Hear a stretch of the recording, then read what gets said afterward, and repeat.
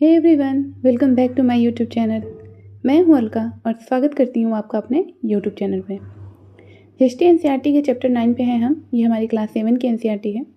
माफ़ी चाहूँगी, वीडियो लाने में थोड़ा समय लग जा रहा है। चैप्टर 9 को हमने आधा कंप्लीट किया है। आधा हमें आज पढ़ना है, तो देख लेते हैं हमने पिछली कक्षा में क्या क्या देखा था, क्योंकि काफ़ी दिन हो गए हैं। जो भी इम्पोर्टेंट होगा मैं आपको बताती चलूँगी। तो हमारा 9 चैप्टर है क्षेत्रीय संस्कृतियों का निर्माण, जिसमें हमने क्षेत्रीय संस्कृतियों के निर्माण के बारे में देखा था। इसमें हमने चेर और मलयालम भाषा का विकास देखा था कि कैसे चेर और मलयालम भाषा का विकास हुआ था। और ये मलयालम भाषा जो है, इसका प्रयोग जो है सरकारी अभिलेखों में सबसे पहले हुआ था। फिर हमने ये मलयालम भाषा का एक इमेज दिया गया है, ताम्रपत्र पे लिखा हुआ है, ये जो आपको दिखाई दे रहा है, इसके बारे में देखा था। फिर शासक और धार्मिक परंपराएं जगन्नाथ जी संप्रदाय का देखा था। इसके बाद हमने ये जगन्नाथपुरी मंदिर के बारे में पढ़ा। फिर राजपूत और शूरवीरता की परंपराओं के बारे में पढ़ा। ये इमेज जो आप देख सकते हैं, ये बीकानेर के राजकुमार राज सिंह का है। हमने मैप को भी समझा था, इसमें सारे लोकेशन को, इसमें कुछ टिपिकल नहीं था। फिर क्षेत्रीय सीमांतों से परे कथक नृत्य की कहानी पढ़ी थी हमने। कथक नृत्य के बारे में जाना था हमने। अब हम आगे देखते हैं। आगे है संरक्षकों के लिए चित्रकला लघु चित्रों की परंपरा। देख लेते हैं इसमें क्या है। एक अन्य परंपरा जो कई रीतियों से विकसित हुई वह थी लघु चित्रों की परंपरा। ये कई रीतियों से विकसित हुई थी। लघु चित्र, जैसा कि उनके नाम से पता चलता है, छोटे आकार के चित्र होते हैं जिन्हें आमतौर पर जल रंगों से कपड़े या कागज़ पर चित्रित किया जाता है। तो समझ में आ रहा है कि लघु मतलब छोटा और चित्र, तो छोटे चित्रों की बात की जा रही है यहाँ पे, जिसको जल रंगों से कपड़े या कागज़ पे, मतलब पानी वाला जो कलर होता है उससे कपड़े या कागज़ पे चित्रित किया जाता था। प्राचीनतम लघु चित्र तालपत्रों अथवा लकड़ी के तख्तियों पर चित्रित किए गए थे। तो जो प्राचीनतम थे, मतलब जो सर्वप्रथम बनाया गया था स्टार्टिंग में, तो वो तालपत्रों और लकड़ी पर बनाया जाता था। इनमें से सर्वाधिक सुंदर चित्र जो पश्चिम भारत में पाए गए जैन ग्रंथों को सचित्र बनाने के लिए प्रयोग किए गए थे। तो पश्चिम भारत में जो जैन ग्रंथ बनाए गए थे उसमें इनका प्रयोग बहुत हुआ था। मुगल बादशाह अकबर, जहांगीर और शाहजहां ने अत्यंत कुशल चित्रकारों को संरक्षण प्रदान किया था, जो प्राथमिक रूप से इतिहास और काव्यों की पांडुलिपियां चित्रित करते थे। तो मुगल बादशाह, यहाँ पे बताया जा रहा है कि जो मुगल बादशाह थे, अकबर थे, जहांगीर और शाहजहां ने इन्हें जो है संरक्षण प्रदान किया था, इन चित्रकारों को। आपसे एग्ज़ाम में पूछा भी जा सकता है कि लघु चित्रकारों को मुगल बादशाहों में किनके द्वारा संरक्षण प्रदान किया गया था। तो आप यहाँ पे ध्यान दीजिएगा कि यहाँ पे अकबर, जहांगीर और शाहजहां का नाम दिया गया है। तो आगे बढ़ते हैं हम। ये पांडुलिपियाँ आमतौर पर चटक रंगों में चित्रित की जाती थी और उनमें दरबार के दृश्य, लड़ाई तथा शिकार के दृश्य और सामाजिक जीवन के अन्य पहलू चित्रित किए जाते थे। तो इसमें सभी कुछ चित्रित किया जाता था, चाहे वह दरबार के चित्र हो, चाहे सामाजिक जीवन के चित्र हो, ये सारी चित्र यहाँ बनाए जाते थे। शिकार के दौरान आराम करते हुए अकबर मुगल लघु चित्र। तो यहाँ पे ये इमेज जो आप देख सकते हैं, इसमें बताया जा रहा है कि शिकार के दौरान ये लोग आराम करते हुए इन लोगों का चित्र बनाया गया है। मुगल राज के समय का है ये, अकबर के शासनकाल का। अक्सर उपहार के तौर पर भी इन चित्रों का आदान प्रदान किया जाता था और ये कुछ गिने चुने लोगों, बादशाह और उनके घनिष्ठ जनों द्वारा ही देखे जा सकते थे। तो इनका आदान प्रदान भी होता था गिफ्ट के रूप में। मुगल साम्राज्य के पतन के साथ अनेक चित्रकार मुगल दरबार छोड़कर नए उभरने वाले क्षेत्रीय राज्यों के दरबारों में चले गए। परिणामस्वरूप मुगलों की कलात्मक रुचियों ने दक्षिण के क्षेत्रीय दरबारों और राजस्थान के राजपूती राज दरबारों को प्रभावित किया, लेकिन इसके साथ ही उन्होंने अपनी विशिष्ट विशेषताओं को सुरक्षित रखा और उनका विकास भी किया। तो यहाँ पे बताया जा रहा है कि मुग़ल साम्राज्य का जब पतन हुआ तो उनके साथ जो उनके चित्रकार हुआ करते थे, उनके दरबार में जो चित्रकार रहते थे, वो लोग भी दरबार छोड़कर नए नए जगहों पे चले गए, जहाँ पे मतलब जो नया राज्य ग्रो कर रहा था, उस समय उभर रहा था, वहाँ पे चले गए। और इसी तरह से बताया जा रहा है कि दक्षिणी क्षेत्र का जो दरबार था और राजस्थान के जो राजपूती राज दरबार थे, वो भी काफ़ी प्रभावित हुए थे इन लघु चित्र कलाओं से और चित्रकारों से। मुग़ल उदाहरणों का अनुसरण करते हुए शासकों तथा उनके दरबारों के दृश्य चित्रित किए जाने लगे। इनके साथ साथ मेवाड़, जोधपुर, बूंदी, कोटा और किशनगढ़ जैसे केंद्रों में पौराणिक कथाओं तथा काव्यों के विषयों का चित्रण बराबर जारी रहा। तो इस तरह से इन सभी जगहों पे इन चित्रों का जो है चित्रण होता रहा। ऐसा ही एक अन्य क्षेत्र था आधुनिक हिमाचल प्रदेश के इर्द गिर्द हिमालय की तलहटी का इलाका। 17वीं शताब्दी के बाद वाले वर्षों में इस क्षेत्र में लघु चित्रकला की एक महत्वपूर्ण एवं भावप्रवण शैली का विकास हो गया। तो यहाँ पे बताया जा रहा है कि 17वीं शताब्दी के आसपास इस इलाके में लघु चित्रकला का एक और मतलब साहसपूर्ण एवं भावपूर्ण, मतलब कि साहस से भरा हुआ और जिसमें भाव भी आपको दिखाई दे, ऐसी शैली का विकास हुआ। ये जो इमेज आप देख रहे हैं, होली खेलते हुए महाराणा राम सिंह द्वितीय राजपूत लघु चित्र कोटा। तो ये कोटा का चित्र है महाराणा राम सिंह का, महाराणा राम सिंह द्वितीय होली खेलते हुए ये चित्र दिखाया जा रहा है यहाँ पे, जिसे बासोहली शैली कहा जाता है। तो बासोहली शैली क्या है? लघु चित्र कला ही है जिसमें साहस और भाव का भी मेल हो, मतलब जिस चित्रकला में साहस और भाव का भी जो मेल होता है, साहस और भाव का जो चित्र होता है वो दिखाई दे, वो बासोहली शैली है। आप ध्यान रखिएगा, एग्जाम में ये पूछा जा सकता है, इंपॉर्टेंट हो सकता है एग्जाम के लिए। यहाँ जो सबसे लोकप्रिय पुस्तक चित्रित की गई वह थी भानु दत्त की रसमंजरी। तो इसका आप ध्यान में रखिएगा कि रसमंजरी किसकी लिखित पुस्तक है? भानु दत्त की। एग्ज़ाम में जोड़ी बनाने के सवाल में बहुत पूछा जाता है पुस्तक के बारे में कि किस लेखक की पुस्तक है ये, तो ध्यान रखिएगा इसको। 1739 में नादिर शाह के आक्रमण और दिल्ली विजय के परिणाम स्वरूप मुग़ल कलाकार मैदानी इलाकों की अनिश्चितताओं से बचने के लिए पहाड़ी क्षेत्रों की ओर पलायन कर गए। यहाँ पे कृष्ण और राधा और उनकी सखियों का पहाड़ी लघु चित्र दिखाया जा रहा है। ये लघु चित्र है, आप देखिए इसकी खूबसूरती, देखिए कितनी खूबसूरती के साथ इसको दिखाया जा रहा है। इसी से आपको समझ में आ जाएगा कि ये जो लघु चित्रकला है ये कितनी खूबसूरत हुआ करती थी, इसीलिए इसको तोहफे के तौर पे इसका आदान प्रदान भी होता था।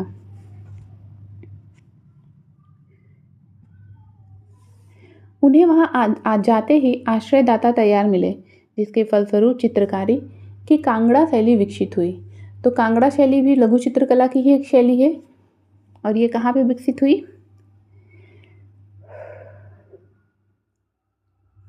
1739 में नादिर शाह के आक्रमण और दिल्ली विजय के परिणाम स्वरूप मुग़ल कलाकार मैदानी इलाकों की अनिश्चितताओं से बचने के लिए पहाड़ी क्षेत्र की ओर पलायन किए। तो पहाड़ी क्षेत्रों की ओर पलायन करने के बाद वहाँ पे एक नई शैली विकसित हुई जिसको कांगड़ा शैली कहते हैं। तो कांगड़ा शैली भी एक तरह से लघु चित्रकला शैली ही है, तो इसे भी ध्यान दीजिएगा। अभी मैंने आपको बासोहली शैली बताई, कांगड़ा शैली, ये सारी लघु चित्रकला शैली ही हैं। तो एग्ज़ाम में पूछा भी जा सकता है कि इनमें से कौन सी लघु चित्रकला शैली है, और आपको नीचे 3-4 नाम दे दिए जाएँ। उसमें बासोहली भी हो सकता है, कांगड़ा भी हो सकता है, और उसमें ऑप्शन करके दे दिया जाए कि 1, 2 या 2, 3 ऐसे करके। तो आप ध्यान दीजिएगा कि अभी तक हमने 2 देखे हैं, बासोहली और कांगड़ा शैली। आगे अगर कोई और होगा तो देख लेते हैं। 18वीं शताब्दी के मध्य भाग तक कांगड़ा के कलाकारों ने एक नई शैली विकसित कर ली, जिसे लघु चित्रकारी में एक नई जान डाल दी। उनकी प्रेरणा का स्रोत वहाँ की वैष्णव परंपराएं थीं। ठंडे नीले और हरे रंगों सहित कोमल रंगों का प्रयोग और विषयों का काव्यात्मक निरूपण कांगड़ा शैली की विशेषता थी। तो कांगड़ा शैली की एक और नई शैली उत्पन्न हुई जब इन्होंने पलायन किया था तब। तो वो जो लघु चित्रकारी थी उसमें एक नई जान डाल दी उसने, मतलब एक नई शैली ही उभर के आई। और ये कहाँ से मतलब ये ली गई थी शैली, ये किससे प्रेरित हुई थी? तो ये वैष्णव परंपरा से प्रेरित हुई थी। स्मरण रहे कि साधारण स्त्री पुरुष भी बर्तनों, दीवारों, कपड़ों, फर्श आदि पर अपनी कलाकृतियाँ चित्रित करते थे। ये इंपॉर्टेंट फैक्ट है। पूछा जा सकता है कि लघु चित्रकला जो है या कांगड़ा या बांसवाली शैली जो थी, क्या ये सिर्फ चित्रकार ही किया करते थे? तो नहीं, ये साधारण स्त्री पुरुष भी करते थे। तो ये चीज़ ध्यान रखिएगा, ऐसे क्वेश्चन पूछे जाते हैं जिसमें हम फंस जाते हैं। कला के इन नमूनों में से कुछ ही बच पाते थे। इसके विपरीत लघु चित्र राजमहलों में सावधानी पूर्वक रखे जाते थे, जिससे वे सदियों तक सुरक्षित रहें। तो ये राजमहलों में सुरक्षित रखे जाते थे और इनकी सुरक्षा का इतना ध्यान रखा जाता था, उसी से आप अंदाज़ा लगा सकते हैं कि ये कितनी खूबसूरत और कितनी विकसित शैली रही होगी चित्रकला की। अब हम बंगाल को नज़दीक से देख लेते हैं एक नज़र। तो बंगाल के बारे में देख लेते हैं।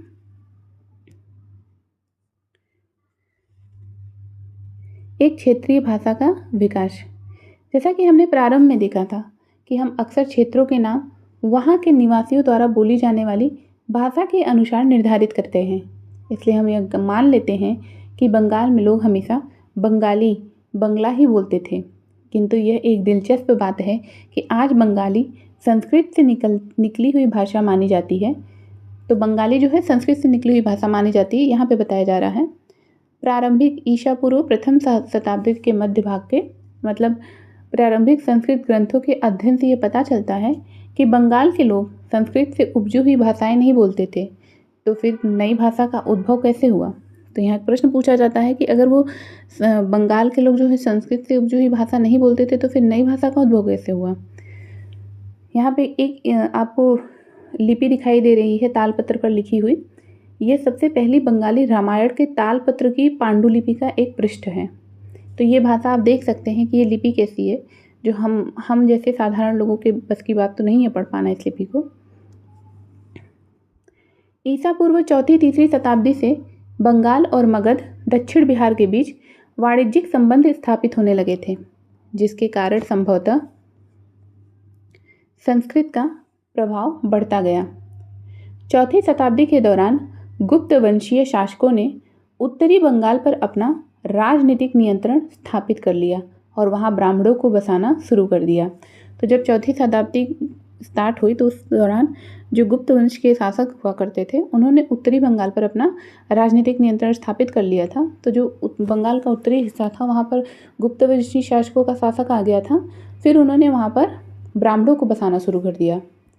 इस प्रकार गंगा की मध्य घाटी के भाषाई तथा सांस्कृतिक प्रभाव अधिक प्रबल हो गए और 7वीं शताब्दी में चीनी यात्री हुनसांग ने यह पाया कि बंगाल में सर्वत्र संस्कृत से संबंधित भाषाओं का प्रयोग हो रहा था। तो एक प्रश्न हमने पीछे देखा था कि वहाँ पे फिर इस भाषा का उदय कैसे हुआ, नई भाषा का उदय, क्योंकि बंगाल के लोग बंगाली ही बोलेंगे, फिर वहाँ पे नई भाषा का उदय कैसे हुआ?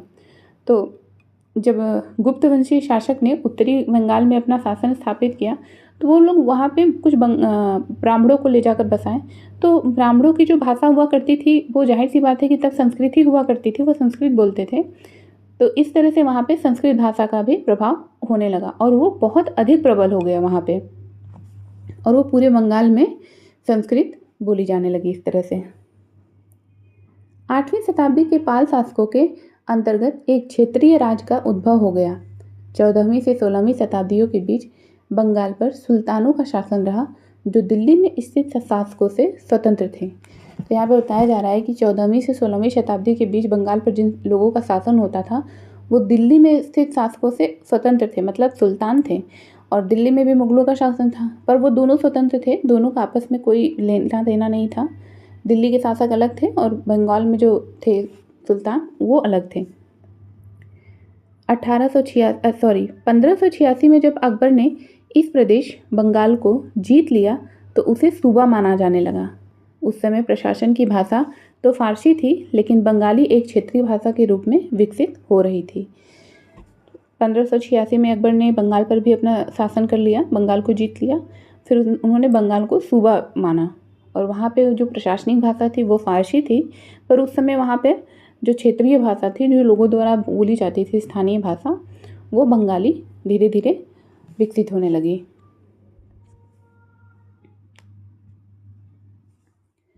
वस्तुतः 15वीं शताब्दी तक आते आते उपभाषाओं तथा बोलियों का बंगाली समूह एक सामान्य साहित्यिक भाषा के द्वारा एकबद्ध हो गया। फिर 15वीं शताब्दी आते आते जो उपभाषा थी और उसकी जो बोलियों का समूह था, मतलब बोलियों का बंगाली समूह था, वो एक सामान्य साहित्यिक भाषा के रूप में एकबद्ध होने लगा। यह साहित्यिक भाषा उस क्षेत्र के पश्चिमी भाग की बोलचाल की भाषा थी जिसे अब पश्चिमी बंगाल कहा जाता है। तो बंगाल काफ़ी बड़ा था। आज के समय में हम जो बंगाल को देखते हैं वो बंगाल का कई बार विभाजन हो चुका है। उस वक्त बंगाल बहुत बड़ा था। तो उत्तरी बंगाल, पश्चिमी बंगाल, पूर्वी बंगाल ऐसे हुआ करता था। यद्यपि बंगाली का उद्भव संस्कृत से ही हुआ है, पर यह अपने क्रम विकास की अनेक अवस्थाओं से गुजरी है। तो जब ब्राह्मणों को वहाँ पर बसाया गया तो वहाँ पे संस्कृत भाषा ज़्यादा आ गई। संस्कृत बोलने वाले ब्राह्मणों का प्रभाव हुआ और पूरे बंगाल में संस्कृत भाषा का प्रभाव बहुत हो गया। तो माना जाता है कि उसी संस्कृत से बंगाली भाषा का उद्भव हुआ है। पर जो ये क्रम है विकास का, वो कई अवस्था से गुजरी थी। ऐसा नहीं कि डायरेक्टली संस्कृत से बंगाली भाषा का निर्माण हो गया। ये धीरे धीरे कई क्रम में विकसित हुई। इसके अलावा गैर संस्कृत शब्दों का एक विशाल शब्द भंडार जो जनजातीय भाषाओं, फारसी और यूरोपीय भाषाओं सहित अनेक स्रोतों से इसे प्राप्त हुआ है, आधुनिक बंगाली का एक हिस्सा बन गया है। तो इसमें कई भाषाओं का मेल है। आप देख सकते हैं कि इसमें जनजातीय भाषाओं, फारसी, यूरोपीय भाषाओं सहित और भी भाषाओं का स्रोत है, जिससे ये बंगाली भाषा का हिस्सा बना। बंगाली के प्रारंभिक साहित्य को दो श्रेणियों में बांटा जा सकता है।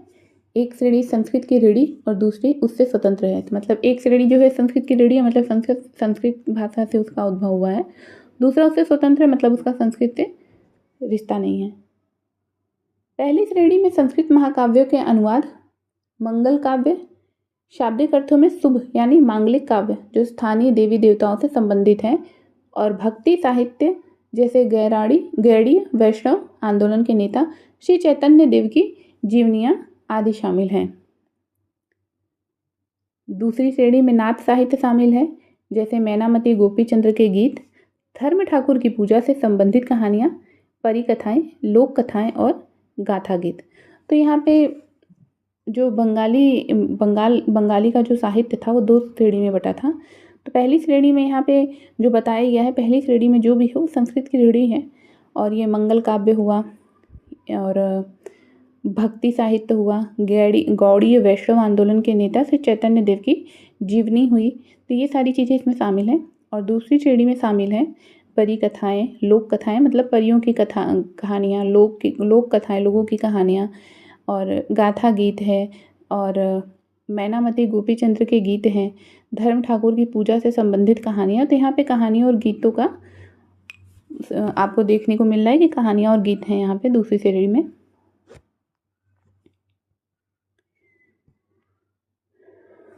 मैनामती गोपीचंद और धर्म ठाकुर हमने जो पीछे देखा था, नाथ लोग सन्यासी होते थे जो तरह तरह की योगिक क्रियाएं करते थे।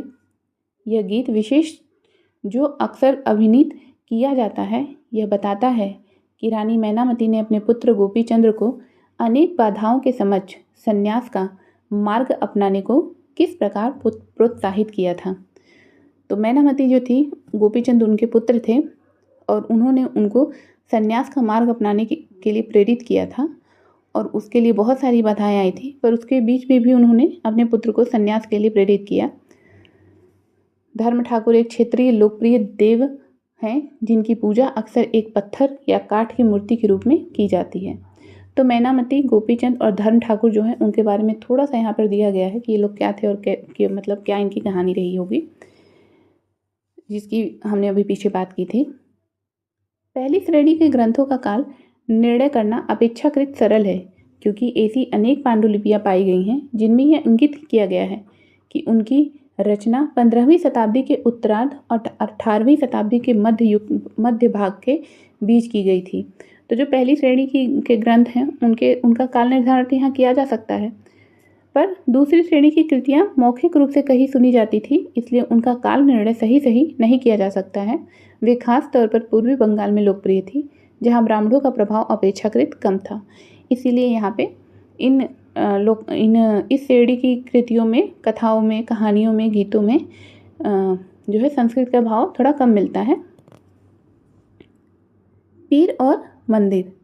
अब हम देख लेते हैं पीर और मंदिर के बारे में। 16वीं शताब्दी से लोगों ने बड़ी संख्या में पश्चिम बंगाल के कम उपजाऊ क्षेत्रों को छोड़कर दक्षिण पूर्वी बंगाल के जंगली तथा दलदली इलाकों में प्रवास करना शुरू कर दिया था। तो जो उपजाऊ क्षेत्र थे दक्षिण पूर्वी बंगाल के पश्चिम बंगाल के 16वीं शताब्दी की बात है ये। 16वीं शताब्दी में बड़ी संख्या में, मतलब बहुत बड़ी संख्या में लोग वहाँ की बंगाल के उपजाऊ क्षेत्रों को छोड़कर दक्षिण पूर्वी बंगाल में, तो वो पश्चिमी बंगाल की बात की जा रही है, तो पश्चिमी बंगाल के उपजाऊ क्षेत्रों को छोड़कर दक्षिण पूर्वी बंगाल के जंगली तथा दलदली इलाकों में प्रवास करना शुरू कर दिया था। जो जो वे पूर्व की ओर बढ़ते गए, वे जंगलों को साफ करके भूमि में धान की खेती करने लगे। तो यहाँ पे देखा जा सकता है, जिस तरह से बताया जा रहा है कि वो जैसे जैसे आगे बढ़े प्रवास के बाद, तो वो वहाँ पे जंगल को साफ करते करते वहाँ पे धान की खेती करना शुरू कर दिए। शनय शनय स्थानीय मछुआ तथा स्थानांतरीय खेती करने वाले लोग, जो अक्सर जनजातीय थे, किसानों के नए समुदाय में मिल गए।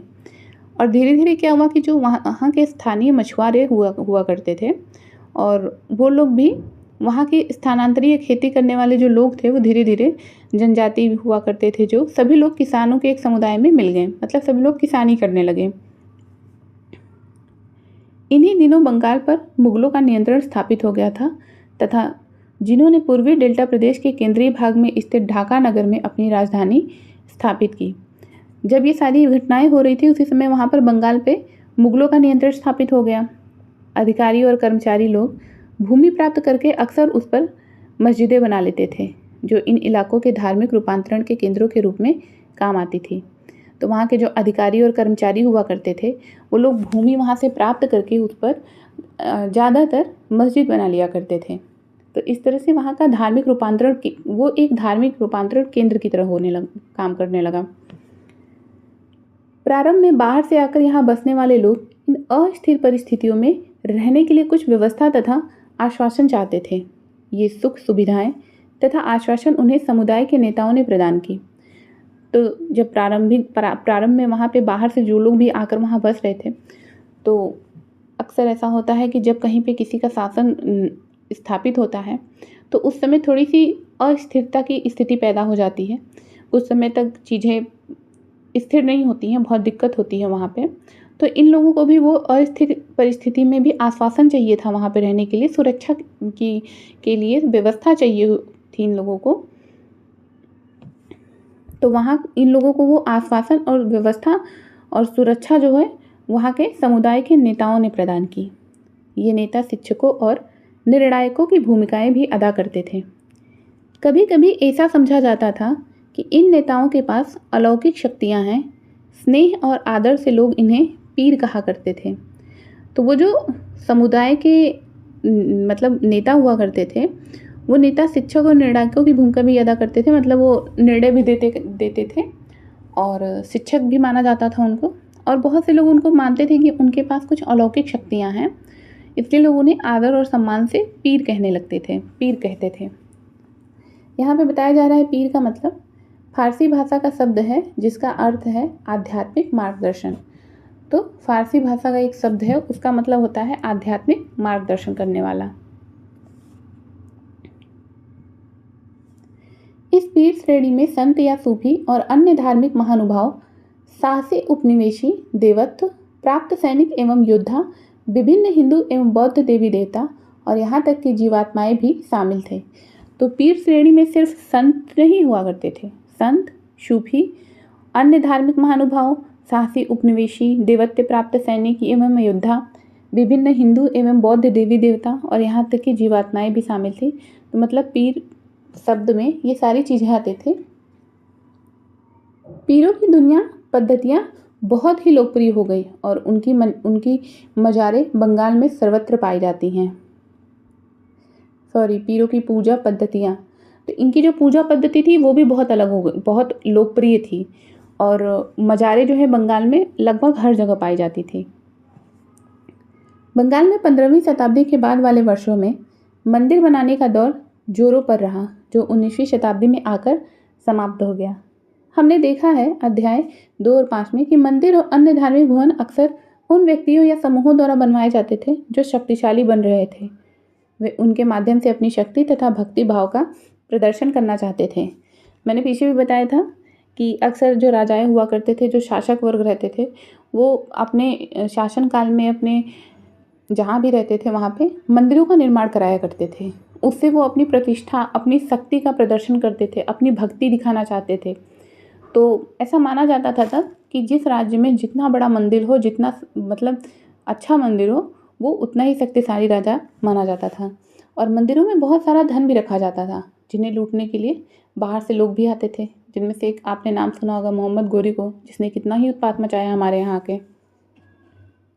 बंगाल में साधारण ईंटों और मिट्टी कार्य से अनेक मंदिर निम्न सामाजिक समूहों जैसे कालू, कंसारी आदि के समर्थन से बने थे।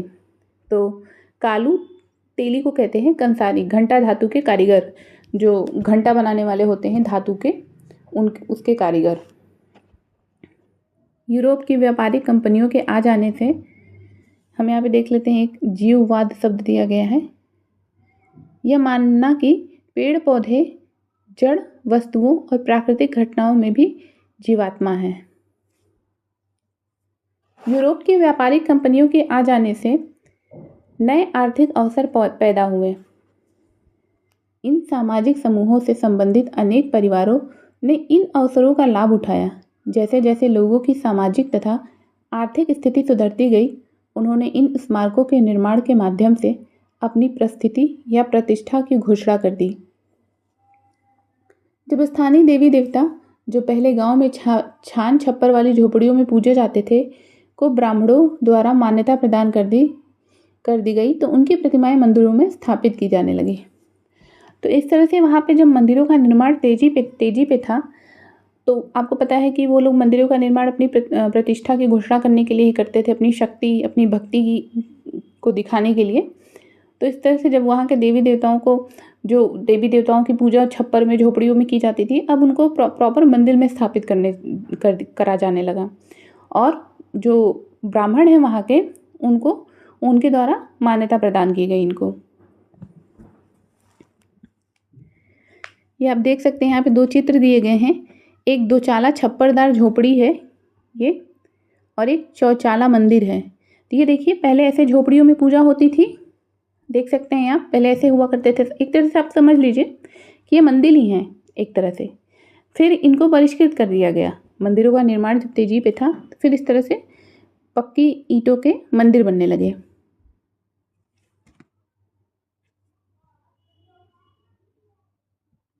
यहाँ पे ये इमेज है, इसमें आपको दिखाया जा रहा है गोपियों के साथ कृष्ण श्यामपुर मंदिर से पक्की मिट्टी की एक पटिया, विष्णुपुर।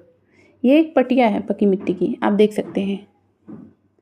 अब बहुत से लोग होंगे जिनको पटिया के बारे में पता ही नहीं होगा कि पटिया क्या होता है। तो ये उसी पे चित्रकारी की गई है। गोपियों के साथ कृष्ण भगवान है, ये आप देख सक रहे हैं, मध्य में कृष्ण जी हैं और ये चारों तरफ गोपियाँ हैं जो नृत्य कर रही हैं। इन मंदिरों की शक्ल या आकृति बंगाल की छप्परदार झोपड़ियों की तरह दो चाला 2 छतों वाली या चौचाला 4 छतों वाली होती थी। 5वें अध्याय में वर्णित बंगाली गुंबद को याद करें। इसके कारण मंदिरों की स्थापत्य कला में विशिष्ट बंगाली शैली का प्रादुर्भाव हुआ। अपेक्षाकृत अधिक जटिल चौचाला यानी 4 छतों वाली ढांचे में 4 त्रिकोणीय छतें 4 दीवारों पर रखी जाती थी। तो चौचाला मतलब 4 छतों वाली, ध्यान रखिएगा, जो ऊपर तिर्यक रेखा या एक बिंदु तक जाती थी। मंदिर आमतौर पर एक वर्गाकार चबूतरे पर बनाए जाते थे। उनके भीतरी भाग में कोई सजावट नहीं होती थी, लेकिन अनेक मंदिरों की बाहरी दीवारों चित्रकारियों, सजावटी टाइलों अथवा मिट्टी की पट्टियों से सजी होती थी। कुछ मंदिरों में, विशेष रूप से पश्चिम बंगाल के बांकुरा जिले में विष्णुपुर के मंदिरों में ऐसी सजावटें अत्यंत उत्कृष्ट कोटि तक पहुंच चुकी थी। तो मंदिर सिर्फ मंदिर ही नहीं बनवाया जाता था, उनकी सजावट का भी विशेष ध्यान रखा जाता था। उनकी सजावट में कई सारी चीज़ों का इस्तेमाल होता था, जैसे यहाँ पे बताया जा रहा है टाइलों का, सजावटी टाइल्स होते थे, मिट्टी की पट्टियों से सजी होती थी। तो बहुत सारी चीज़ें इसमें सजावट के लिए सिर्फ इस्तेमाल होती थी, और वो भी बहुत उत्कृष्ट कोटि का, मतलब काफ़ी अच्छी कोटि का। मछली भोजन के रूप में, अब यहाँ पे मछली के बारे में यहाँ पे बताया जा रहा है, मछली भोजन के रूप में। देख लेते हैं क्या है ये। परंपरागत भोजन संबंधी आदतें आमतौर पर स्थानीय रूप से उपलब्ध खाद्य पदार्थों पर निर्भर करती है। बंगाल एक नदीय मैदान है जहाँ मछली और धान की उपज बहुतायत से होती है। तो अब समझ में आ रहा है कि बंगाल जो है वो नदीय क्षेत्र में है, मतलब वहाँ पर जो नदी है वो है काफ़ी है, बंगाल की खाड़ी है, आप बगल में देख सकते हैं। तो आपको पता है कि जब जहाँ पानी की अधिकता होती है, चावल की खेती भी वहीं होती है। तो यहाँ पे मछली और चावल जो है बहुत आसानी से उपलब्ध हो जाता है। तो जो जिस स्थान पे जो चीज़ आसानी से उपलब्ध होता है वो वहाँ का मुख्य भोजन हो जाता है। तो इस तरह इसलिए वहाँ का भोजन शायद मछली और चावल मुख्य भोजन रहा होगा। इसलिए स्वाभाविक है कि इन दोनों वस्तुओं को गरीब बंगालियों की भोजन सूची में भी प्रमुख स्थान प्राप्त है। तो मछली और चावल जो है वो अमीर और गरीब सभी लोग को मतलब आसानी से उपलब्ध हो सकता है, इसलिए मछली पकड़ना वहाँ एक प्रमुख धंधा रहा है। और बंगाली साहित्य में मछली का स्थान स्थान पर उल्लेख मिलता है। इससे ज़्यादा और क्या होगा कि मंदिरों और बौद्ध विहारों की दीवारों पर जो मिट्टी की पट्टियाँ लगी हैं उनमें भी मछलियों को साफ करते हुए और टोकरियों में भरकर बाजार में ले जाते हुए दर्शाया गया है। तो इस तरह से देखिए, अब यही सारे साक्ष्य होते हैं कि पता चलता है। यहाँ पे एक इमेज देख रहे हैं आप, इसमें घरेलू उपयोग के लिए मछली तैयार करते हुए विशाल लक्ष्मी मंदिर से पकी मिट्टी का एक फलक आराम बाग देख सकते हैं। ये हाथ में ये मछली है जिसे साफ कर रही हैं घर पे बनाने के लिए, तो इसका इमेज। तो इस तरह से वहाँ पे मछली जो है, मछली के बारे में वहाँ पे दीवारों पर भी, विहारों पर, हर जगह चित्रकारी भी कर दी जाती थी। ब्राह्मणों को शामिश भोजन करने की अनुमति नहीं थी, लेकिन स्थानीय आहार में मछली की लोकप्रियता को देखते हुए ब्राह्मण धर्म के विशेषज्ञों ने बंगाली ब्राह्मणों के लिए इस निषेध में ढील दे दी। तो मतलब बंगाली ब्राह्मण जो हैं वो मछली खा सकते थे, जबकि ब्राह्मणों को ऐसा भोजन करने की अनुमति नहीं होती है आमतौर पर वहाँ पे मछली की जो लोकप्रियता है उसके कारण उन बंगाली ब्राह्मणों को थोड़ी सी छूट मिल गई। बृहद धर्म पुराण, जो बंगाल में रचित 13वीं शताब्दी का संस्कृत ग्रंथ है, ने स्थानीय ब्राह्मणों को कुछ खास किस्मों की मछलियाँ खाने की अनुमति दे दी। तो वो कुछ खास किस्म की मछलियाँ होती थी जिन्हें खाने की अनुमति दी गई थी, और इसका उल्लेख बृहद धर्म पुराण जो बंगाल में रचित है, बंगाल का है, और ये संस्कृत भाषा में है।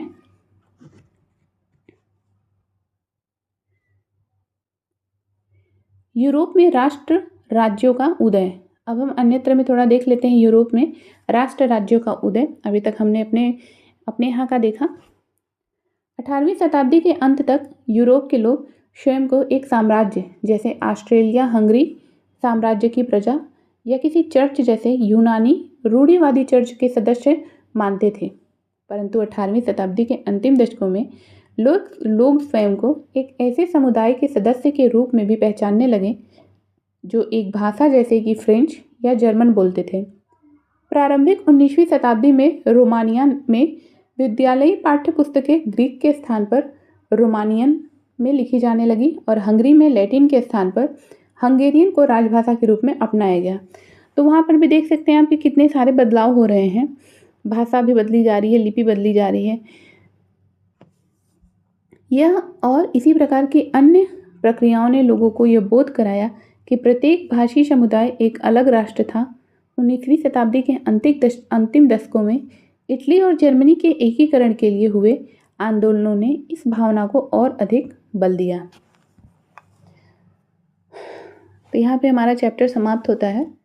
आशा करती हूँ कि आपको वीडियो अच्छा लगा होगा और आपने इम्पोर्टेंट चीज़ों को यहाँ से देखा होगा। तो फिर मिलते हैं आपसे अगले वीडियो में। तब तक के लिए पढ़ते रहिए, मोटिवेटेड रहिए, अपना ध्यान रखिए। Thanks for watching, keep supporting.